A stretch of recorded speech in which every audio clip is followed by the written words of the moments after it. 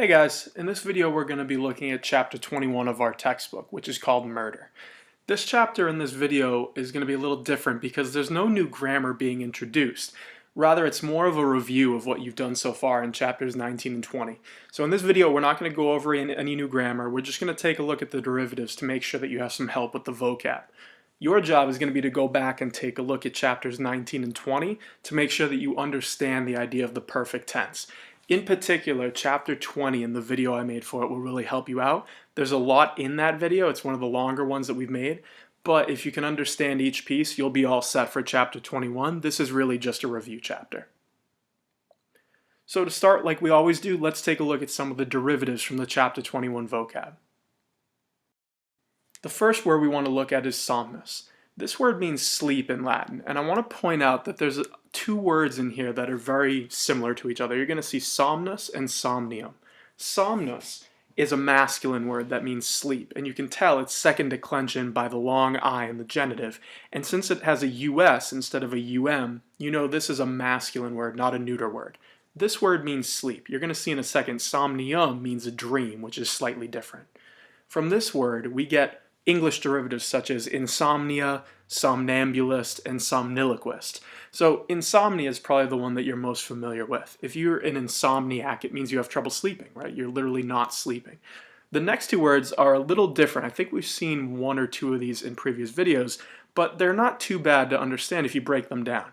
So the S-O-M-N in somnambulist and somniloquist means sleep. The second half of the word tells you what about sleep that we're talking about. So ambulist comes from ambulare, which means to walk. So a somnambulist in English is literally a sleepwalker, which makes sense. The second word has L-O-Q-U in it.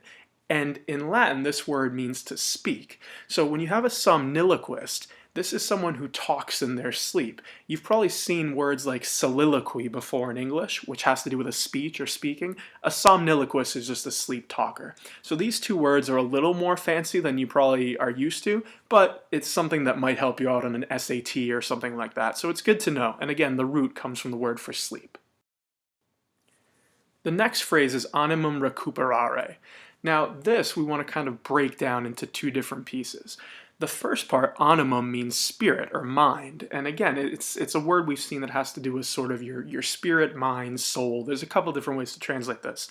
Recuperare, though, in English gives you recuperate, which means to kind of regain.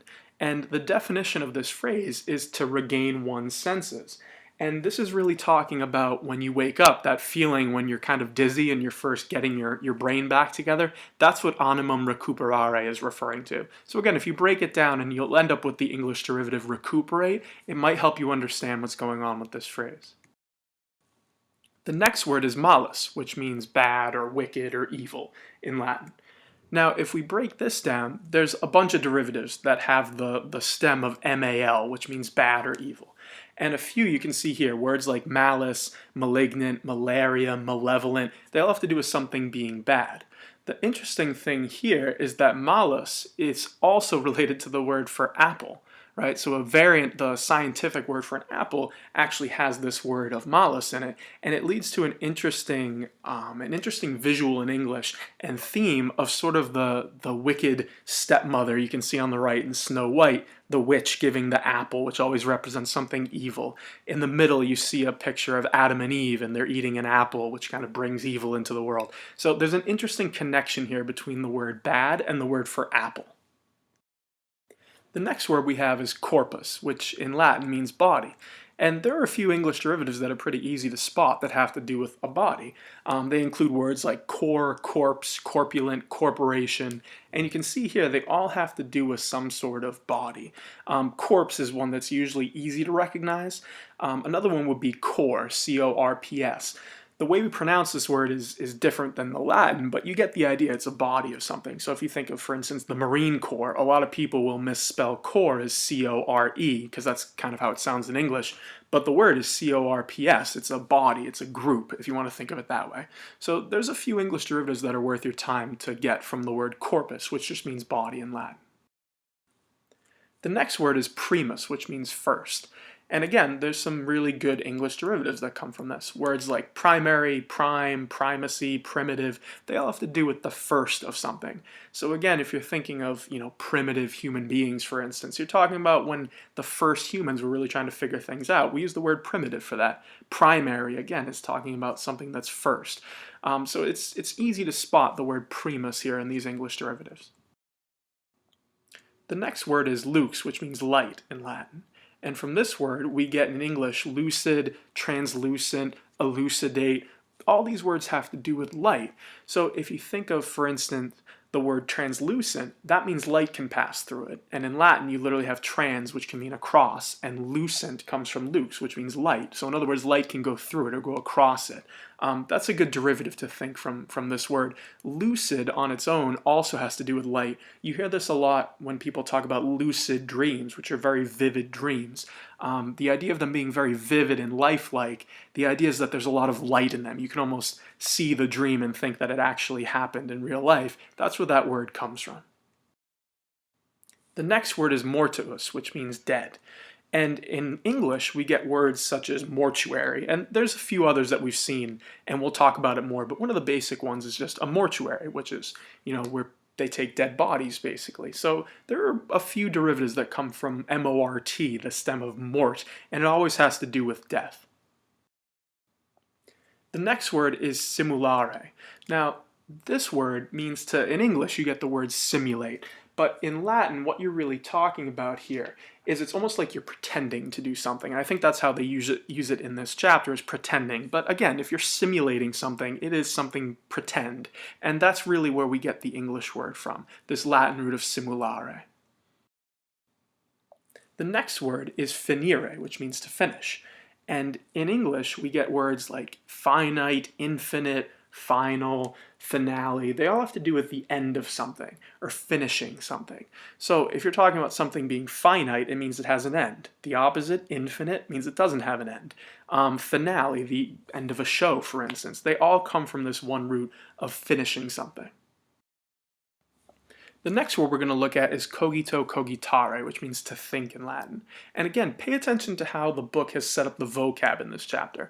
Now that you've learned about principal parts, which we talked about last video in chapter 20, the book will give you all 4 principal parts for all the verbs you're going to see moving forward. So for this verb, to think, don't just memorize it as cogitare, make sure you get all 4 principal parts. So when you're memorizing this in your vocab list, you should have cogito, cogitare, cogitavi, cogitatis. This way you have a chance of memorizing that pattern so that later on when we're using more of the 3rd and 4th principal part, you'll have a shot of remembering it.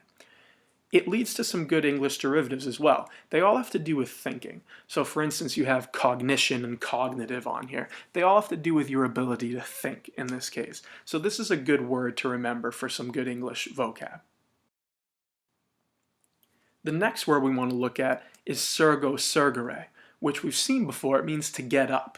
And in this chapter, they're really talking about getting up out of bed for that example. And again, look at the 4 principal parts. This is why it's important to memorize them. You have surgo surgere, which is a 3rd conjugation verb. If you remember back to the last video, we said 3rd conjugation verbs don't have a set pattern for the 3rd principal part. You can see it here. The spelling changes pretty dramatically. You go from surgere to surrexi. The spellings change, you've doubled the R, and you have an X as the infix here. When you move to the 4th principal part, you're going to see surrecturus, which is also spelled slightly differently. This is because the verb to get up is not using a past participle. It's using a future active participle. We talked about that in the last video if you want to go back and take a look. Don't freak out about this now. It's nothing to really worry about, but as we move forward, we'll explain what's going on with that 4th principal part. For now, you just want to make sure that you have it memorized. Some English derivatives from this word all have to do with rising or getting up, and you've seen this before in previous chapters. Words like surge, insurrection, resurgent, resurrection. These are good to know. And again, if you take a look at the 4th principal part, or even the 3rd principal part, it gives you an idea of where the words resurrection and insurrection come from and why they're spelled slightly differently. You can see the connection back to the verb and the principal parts in Latin. The next verb we're going to look at is pono ponere, which means to place or to put. And again, take a look at the principal parts. It's a third conjugation verb. The third principal part and the fourth one change pretty dramatically in their spelling. You go from pono, ponere to possui with an S instead of an N, and then the UI for the perfect ending. Some English derivatives that come from it, they all have to do with placing or putting something. You get words like component, opponent, depot, preposition, juxtaposition, postpone. They're all coming from this one idea of putting or placing something. The next verb we want to look at is peto petere. Now, if you remember this one, it means to seek or to look for. And again, pay attention to the third principal part. Third conjugation verb, this one is using an IVI in the third principal part. There's no set pattern here, so make sure you memorize it. Some derivatives we get are words like appetite, compete, impetuous, petition. They all have to do with looking for or searching for something. The next verb we're going to look at is envenio invenire, which means to find. And again, you might remember from previous chapters, this is where we get the words invent, inventory, inventor. They're all coming from this stem. But again, pay attention here to the spelling of the principal parts. That's what's really important here. The next verb we have is wideo videre, which means to see. Again, this is a verb that we've seen pretty early on in this book, but now you can see all four principal parts and the derivatives that go with it. They all have to do with seeing something. Words like view, vision, television, evidence, you can pretty clearly see where they come from. And again, knowing the principal parts helps you understand the English derivatives. The word vision, for instance, you might not recognize it as coming from videre until you see that fourth principal part of visus. Then you understand where the vis comes from. So again, make sure you're memorizing all the parts. The other way you might remember this verb is from the famous saying of Julius Caesar, I came, I saw, I conquered, veni, vidi, vici. The second phrase, the second word in that phrase is vidi, which means I saw. It's the third principal part, first person singular, of the perfect tense. So again, you're going to see this verb a lot. It's a very common verb. It's a good one to remember. The last verb we're going to look at is one you've seen before, deco, decore, to say.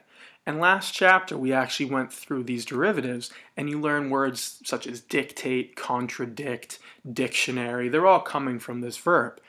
In this chapter, don't worry so much about the derivatives because you've already seen them. I want you to pay more attention to the four principal parts because, again, we're trying to memorize these now that we've learned what they are and what they mean. Decore, third conjugation verb, again, pay attention to the third principal part. It doesn't quite follow the set pattern you'd expect for the other conjugations. In this case, it uses an X as the infix, so you get the word dixi, I said. Again, this is just trying to build your memorization so that when you see these words, you're not always scrambling for the dictionary.